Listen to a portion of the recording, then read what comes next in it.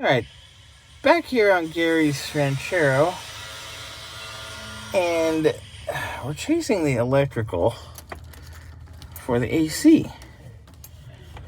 Well, this could definitely be a problem, as it is melted at the connector here. Fun! Fun. Oh my god, look at the dash is pretty, but then you look at it from down here and it's not so pretty anymore. Oh, half-assery.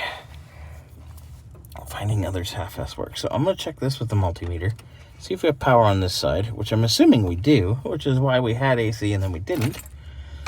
Oh my god. Okay, so I'll check that out. Okay, who the hell got wild with the paint and painted the damn wiper motor?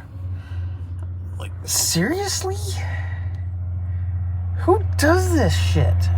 So crawling around and doing my sleuth work. You can see that there's this wire here. Oh, it's so hard to get a good shot.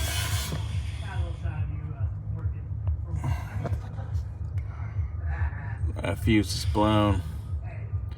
Of course it's the heater fuse. Here.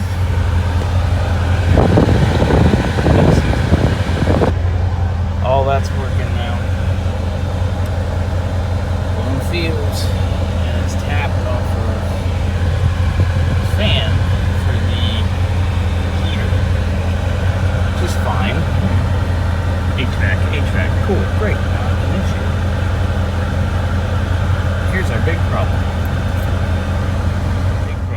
Have the engine off, HVAC off, heat and defrost, fan doesn't turn off. Cute, real cute. Start to feel pressure, it starts moving like that.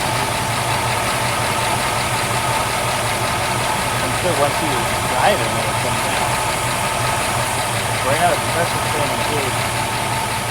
I'm gonna let just a hair more out, and then send it.